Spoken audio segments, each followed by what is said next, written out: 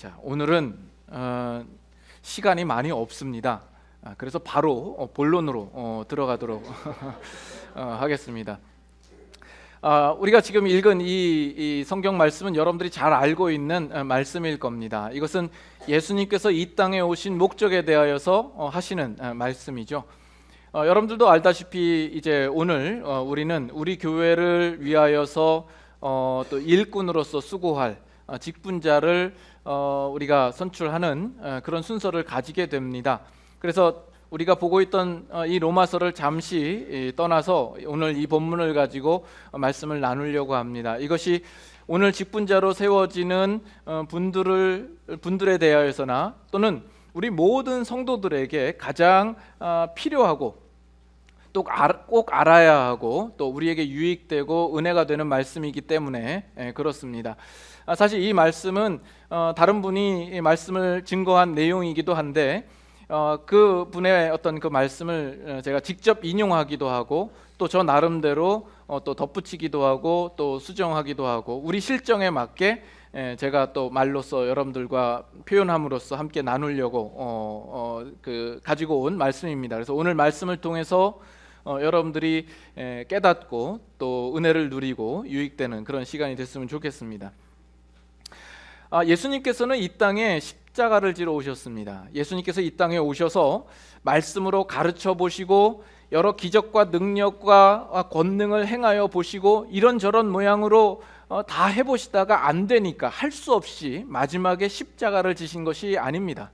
예수님께서는 처음부터 이 땅에 오실 때에 십자가를 지시는 그 유일하고 궁극적인 목적을 위하여서 오신 겁니다. 왜냐하면 그 십자가를 지시는 것만이 우리를 구원하실 수 있는 유일한 길이기 때문에 그렇습니다. 그래서 성경에 기록된 복음서에 나타난 예수님의 모든 행적과 기적과 능력이라고 하는 것은 다 이 십자가로 기결되게 되는 것입니다. 그래서 오늘 말씀도 인자가 온 것은 섬김을 받으려 함이 아니요 오히려 섬기려 하고 많은 사람의 대속물로 자기 목숨을 주려 함이라 하는 것이죠. 그래서 이 말씀이 예수님의 메시아직의 본질을 가장 잘 설명하는 구절이라고 할 수 있습니다. 그 직분의 본질이라고 하는 것은 결국 섬기는 것이요 자기를 희생하는 것이다라는 겁니다. 이것은 오늘날 우리 모든 신자들이 정말 꼭 기억하고 가슴에 깊이 새겨야 할 내용들입니다. 왜냐하면 오늘날 많은 신자들은 종종 예수님을 믿는다라는 것이 세상의 힘을 의지하지 않고 하나님을 힘입어서 세상에서 성공하고 권세를 누리는 것이라고 기대하고 생각하는 경우들이 많기 때문에 그렇습니다.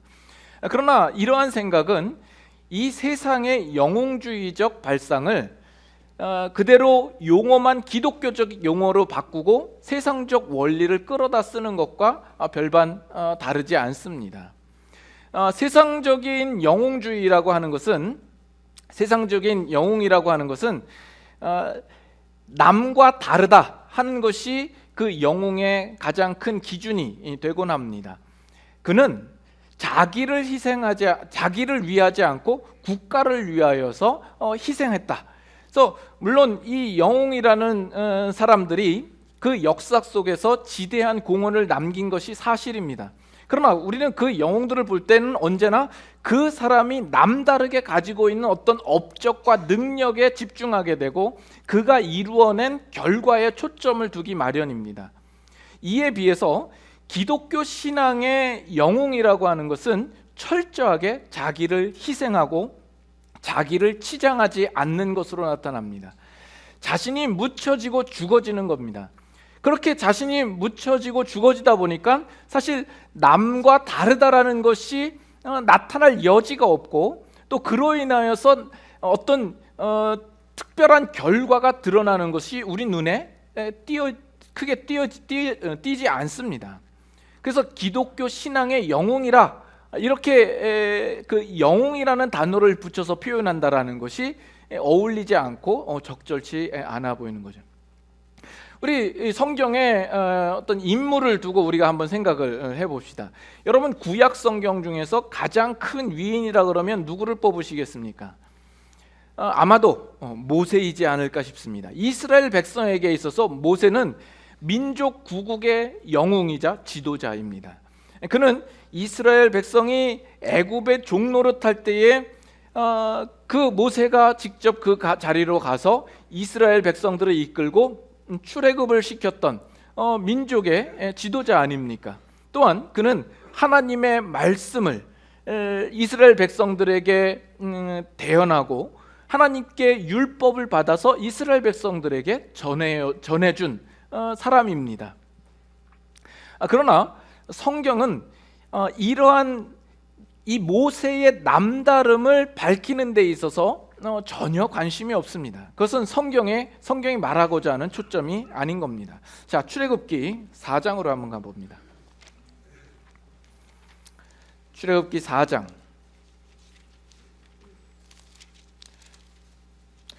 출애굽기 4장 10절에서 13절. 제가 조금 서두르는 느낌이 나나요? 네, 어쩔 수 없습니다. 출애굽기 4장 10절. 자, 10절부터 13절까지인데 13절만 같이 읽고 제가 읽겠습니다. 모세가 여호와께 아뢰되 오 주여, 나는 본래 말을 잘하지 못하는 자니이다. 주께서 주의 종에게 명령하신 후에도 역시 그러하니 나는 입이 뻣뻣하고 혀가 둔한 자니이다. 여호와께서 그에게 이르시되 누가 사람의 입을 지었느냐? 누가 말 못하는 자나 못 듣는 자나 눈 밝은 자나 맹인이 되게 하였느냐? 나 여호와가 아니냐? 이제 가라. 내가 네 입과 함께 있어서 할 말을 가르치리라. 다 같이 모세가 이르되 오 주여, 보낼 만한 자를 보내소서. 예. 그래서 우리는 이 모세를 볼 때에도 우리의 식대로 해석하고 이해하는 경향이 있습니다. 하나님께서 모세를 왜 썼나? 하나님께서 이 모세를 어떻게 쓰셨나? 하나님께서는 이 모세를 쓰시기 위해서 그 어릴 때부터 애굽의 왕자로 들이셔서 거기서 자라나게 함으로써 애굽의 모든 언어와 학술과 문화를 익히게 하고 또 거기서 리더십도 배우게 하셨다. 그래서 모세를 쓰셨다라고 우리가 생각을 하곤 합니다. 그러나 그것은 성경이 모세에 대하여서 이야기하고자 하는 내용과 전혀 상관이 없습니다. 만약에 정말 그런 남다른 모세를 하나님께서 쓰셨다라는 것을 우리에게 보이고자 했다면 하나님께서는 모세가 애굽의 왕자로 있으셨을 때에 이스라엘을 구원하는 일을 하셨어야죠. 그가 40세 이전에 가장 혈기왕성할 때 하나님이 그를 들어 쓰셨다. 그래야만 그 말이 맞습니다. 그러나 지금 읽은 본문 말씀을 보면 모세는 지금 80세입니다. 미디안 광야에서 양을 치면서 거의 입에 풀칠하며 사는 수준이었습니다. 여기도 표현된 것처럼 모세가 뭐라 하냐면 나는 본래 말을 잘 하지 못하는 사람입니다. 본래 말을 잘 하지 못하는 사람이래요. 그러면 그가 애굽에서 배운 게 뭐예요? 무능하기 짝이 없는 모세의 모습입니다. 그래서 성경은 이 모세를 내세울 때에 그가 남다르다라는 것을 보여줄 목적이 하나도 없는 겁니다. 그는 상당히 하찮고 보잘것없고 무능하고 약한 존재입니다. 그러나 그럼으로써 앞으로 모세를 통하여서 되어질 그 모든 일들은 모세가 스스로 자기의 힘과 능력을 발휘해서 되어진 일이 아니라 그것은 전적으로 하나님의 크신 권능을 따라 되어진 일이라는 것을 우리에게 분명히 말하고자 하는 거죠. 그러면 모세는 뭡니까? 모세의 위치와 역할은 무엇입니까? 그 모세의 역할을 가장 잘 상징적으로 우리에게 보여준 구절이 저는 17절이라고 생각합니다. 출애굽기 4장 17절 다 같이 한번 읽어볼까요? 너는 이 지팡이를 손에 잡고 이것으로 이적을 행할지니라. 그래서 모세가 그 지팡이를 잡고 이적을 행합니다. 그 지팡이로 나일강을 치니까 온 나일강이 피로 바뀌었습니다. 그 지팡이로 반석을 치니까 반석에서 물이 터져 나오는 겁니다.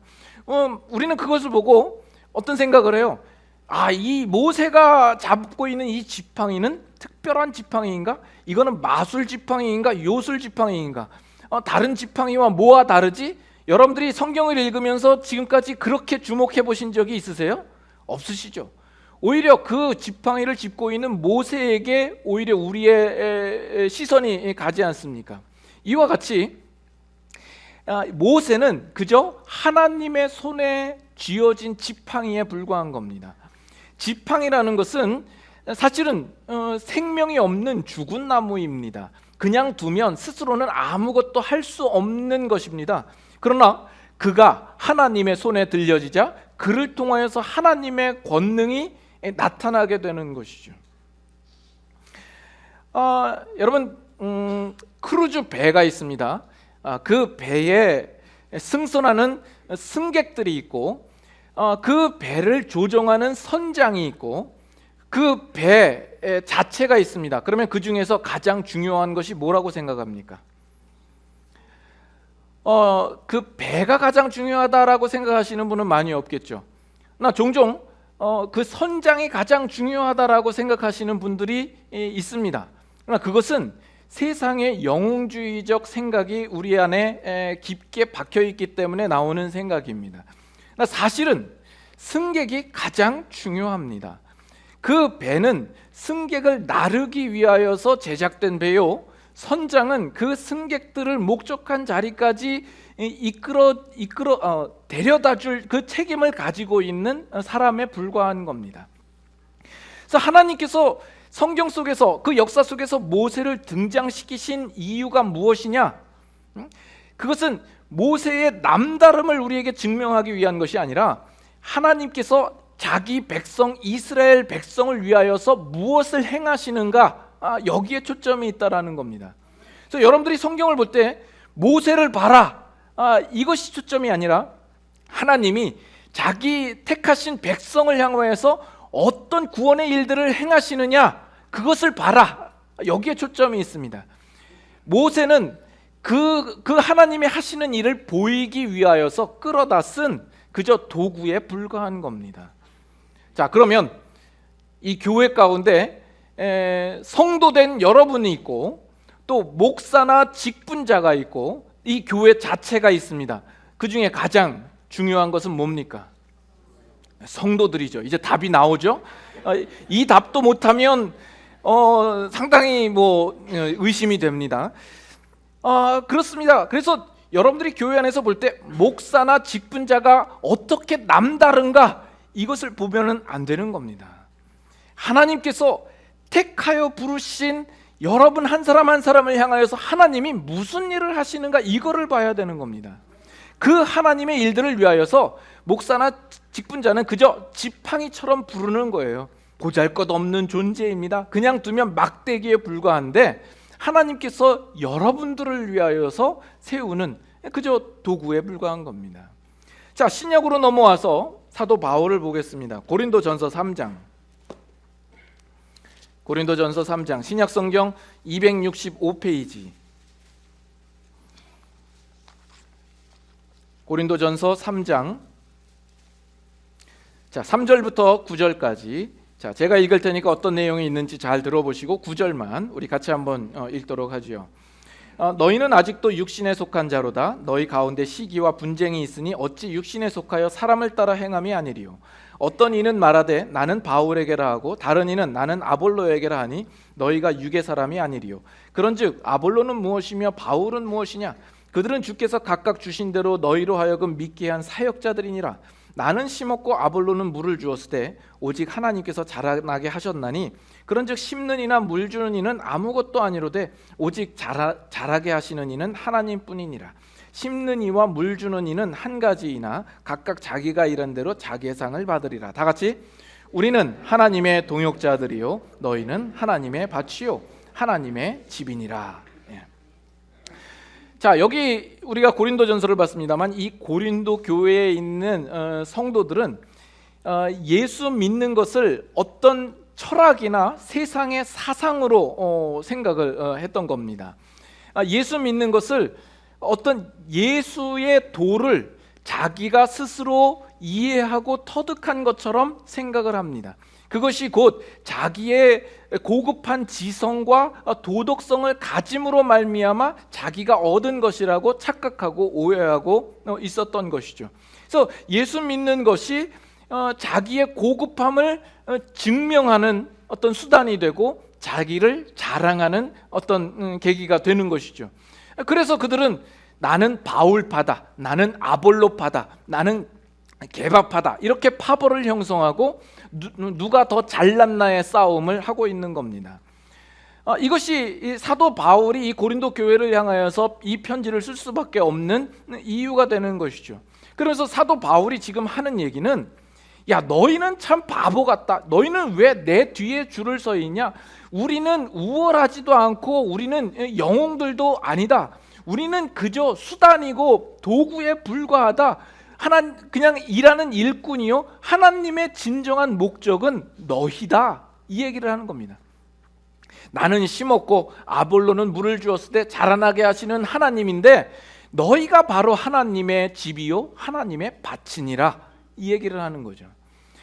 부모가 자녀를 위하여서 가정교사를 들여서 가정교사에게 5,000불을 주고 교육을 가르치게 합니다. 그걸 보고 자녀가 생각하기를, 아니 우리 부모님은 내가 용돈이 필요할 때 10불을 달라고 그래도 잘 안 주면서 아니 가정교사한테는 5,000불이나 주다니. 그래서 자녀 생각하기에 나보다 부모에게는 이 가정교사가 더 소중한가 보다 라고 생각을 한다면 얼마나 어리석은 겁니까? 누가 더 가치 있는 겁니까? 5,000불을 받는 가정교사입니까? 아니면 그런 교사를 불러서 교육시키는 아들입니까? 아들이, 그 부모가 아들을 사랑하고 아들을 훌륭하기 위하여서 그 교사를 부르는 것 아닙니까?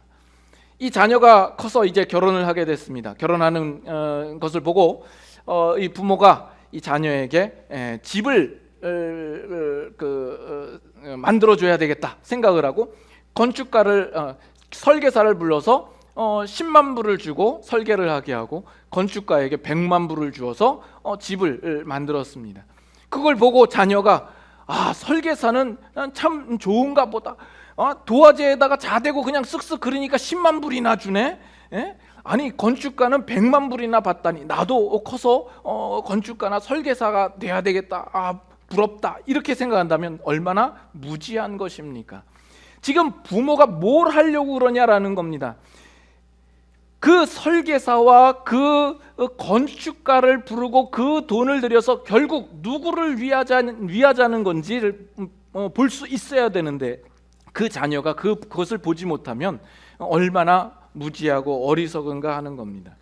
그래서 성경의 초점은 무엇이냐면 하나님께서 역사 속에서 어떤 일꾼들을 일으켜 세우신다고 한다면 그것이 모세라든지 엘리야든지 다윗이든지 사도 바울이든지 그 사람의 남다름을 보여주기 위함이 아니라 하나님의 택하신 그의 백성, 그의 자녀, 바로 우리들을 위하는 하나님의 마음이 있다라는 것을 우리는 볼 수 있어야 되는 겁니다. 모세가 얼마나 훌륭한가, 엘리야가 얼마나 뛰어난가, 다윗이 어떻게 남다른가 하는 것은 성경이 우리에게 말하고자 하는 것이 아닙니다. 하나님께서 그 모든 일꾼들을 통하여서 결국 하나님이 불러 모으신 하나님의 백성들을 더 하나님의 백성답게 자녀답게 세우는 데에 하나님의 크신 목적이 있는 것입니다. 디모데전서 1장 갑니다. 디모데전서 1장. 디모데전서 1장 12절부터 16절까지. 자, 12절부터 16절. 디모데전서 1장 12절부터 16절. 신약성경 337페이지입니다. 자, 제가 읽고 16절만 같이 읽죠. 나를 능하게 하신 그리스도 예수 우리 주께 내가 감사함은 나를 충성되이 여겨 내게 직분을 맡기심이니 내가 전에는 비방자요 박해자요 폭행자였으나 도리어 긍휼을 입은 것은 내가 믿지 아니할 때에 알지 못하고 행하였습니다. 우리 주의 은혜가 그리스도 예수 안에 있는 믿음과 사랑과 함께 넘치도록 풍성하였도다. 미쁘다 모든 사람이 받을 만한 이 말이요 그리스도 예수께서 죄인을 구원하시려고 세상에 임하셨다 하였도다. 죄인 중에 내가 괴순이라. 다 같이. 그러나 내가 긍휼을 입은 까닭은 예수 그리스도께서 내게 먼저 일체 오래 참으심을 보이사 후에 주를 믿어 영생 얻는 자들에게 본이 되게 하려 하심이니라. 자, 여기 보면 12절에 이렇게 이야기를 해요. 사도 바울이 나를 능하게 하신 그리스도 예수. 사도 바울이 스스로 능력이 있다라고 이야기를 하지 않아요. 그를 능하게 하신 분이 따로 있다라는 거예요. 그리스도가 그를 능하게 하셨을 뿐이라는 겁니다. 그리고 사도 바울이 충성을 한 게 아니에요. 충성되이 여겼다라고 이야기를 해요. 그는 충성되게 그냥 여김을 받은 자입니다. 본인이 충성했다라기보다는. 그리고 그 직분을 맡겼다라고 이야기를 하죠. 자신이 사도가 될 만한 어떤 자격 요건이 있어서 그 직분을 맡은 것이 아니라 그것을 그 직분으로 맡겨졌다라고 이야기를 합니다. 그래서 사도 바울은 자기 자신이 어떤 위인이나 영웅이라는 사실을 인정하지 않습니다. 그것은 사도 바울이 겸손하기 때문이 아니라 사도 바울은 뭘 아는 거죠. 뭘 아냐면 하나님께서 자신을 불러서 이 사역을 하게 한 자신의 역할과 그 내용이 무엇인지를 아는 겁니다. 그 역할은 뭐냐 하면 결국 하나님의 은혜를 증거하는 견본품으로서의 역할입니다. 그는 그저 샘플에 지나지 않는 겁니다. 아, 하나님이 이런 사람도 구원을 하시는구나, 하나님이 이런 애도 사도를 시키는구나 하는 데에 있습니다. 성경은 이 사도 바울이 얼마나 명문가 출신이며 얼마나 고등교육을 가진 자며 얼마나 천재성이 있느냐를 밝히는 데에 전혀 초점이 있지 않습니다. 사도 바울이 스스로 생각하기를 그는 스데반이 죽을 때에 그 죽음에 같이 동참한 자요, 여기서 밝히듯이 나는 비방자요, 박해자요, 폭행자였고 죄인 중에 괴수라 이렇게 여깁니다.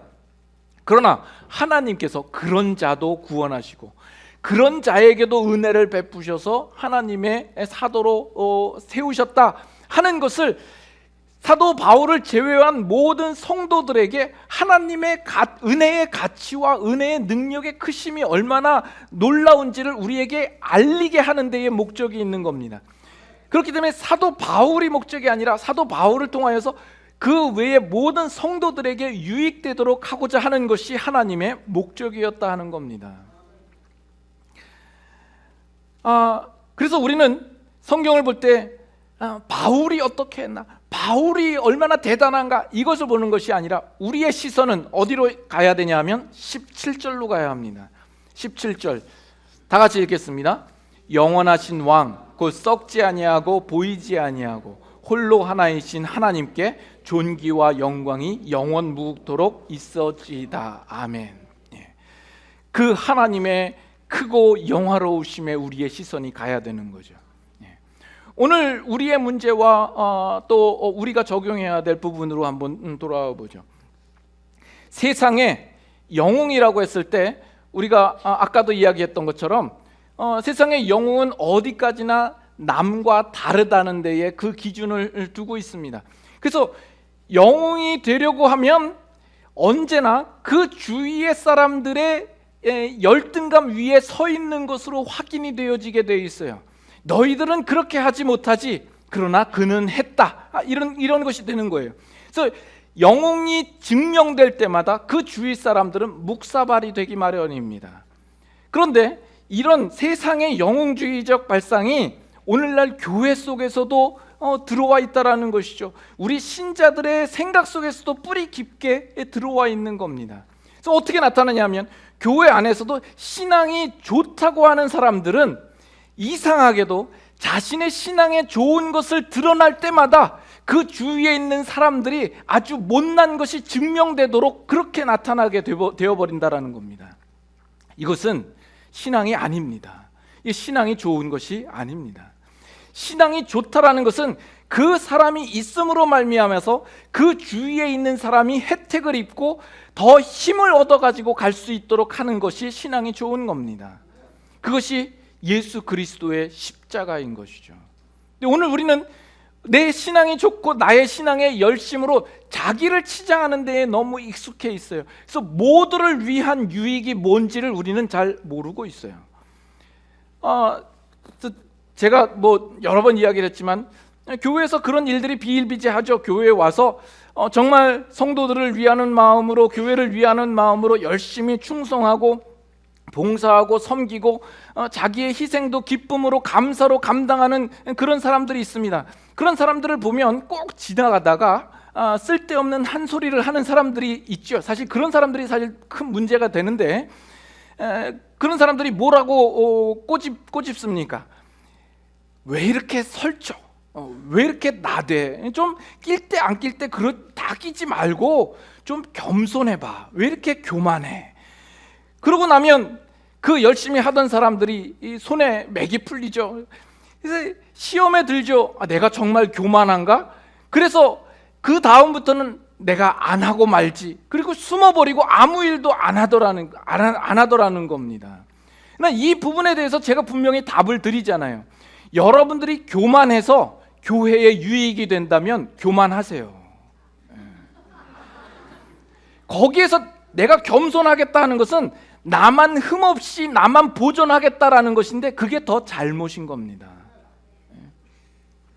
우리의 신앙에 어떤 열심이 있고 진심이 있고 사랑이 있고 충성이 있으면 그것으로 나를 치장하는 것이 아니라 그것이 어떻게 온 교회와 내 주위의 사람들이 유익을 보는가를 보셔야 되는 겁니다.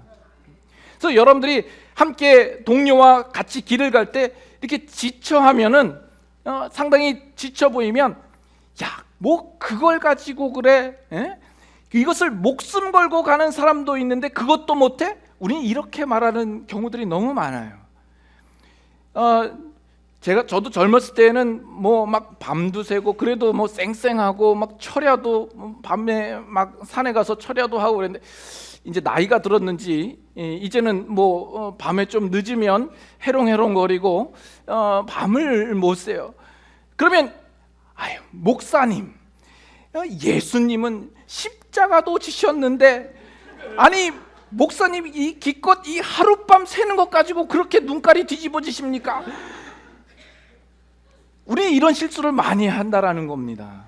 그러나 옆 사람이 감당하지 못하면 그때는 하품을 하는 겁니다. 그래서 오늘 왜 이렇게 오늘 피곤하죠? 목사님 오늘 좀 일찍 그냥 들어가서 자면 안 될까요? 이렇게 말하는 것이 실력이 있는 겁니다. 여러분 이해하셔요? 아니 한 분만 이해하고 아무도 이해를 못 하시는 것 같아요. 우리가 이거를 하지 못하는 이유는 우리가 사람이 중생한 후에 자라나는 과정이 있다라는 것을 우리는 보지 못하고 그것을 항상 놓치고 있기 때문에 그렇습니다. 신자들마다 유치원의 수준에 있는 사람도 있고 초등학교, 중학교, 고등학교, 대학교의 수준에 있는 사람들이 있어요. 근데 우리는 우리의 신앙을 어떻게 보냐면 항상 완전주의적이고 이상주의로 가 있어요. 이미 결론에 도달해 있는 그런 상태로서 바라보는 거예요. 그래서 유치원의 수준에 있으면 그것으로 욕하고, 중등부 수준에 있으면 그것으로 욕하고, 대학교에 있으면 또 그것으로 잘못됐다고 이런저런 트집을 잡는 대로 우리는 가는 겁니다. 아니 그것도 못해? 그래서 나는 한다라는 거죠. 그래서 항상 나를 차별화시키는 대로 가는 겁니다. 이것은 십자가의, 예수 그리스도의 십자가의 원리가 아닙니다.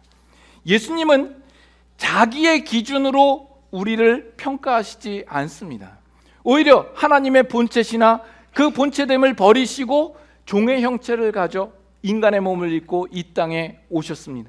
뿐만 아니라 우리를 섬기시기 위하여서 자기의 목숨을 대속물로 내어주시며 희생을 하시는 거죠.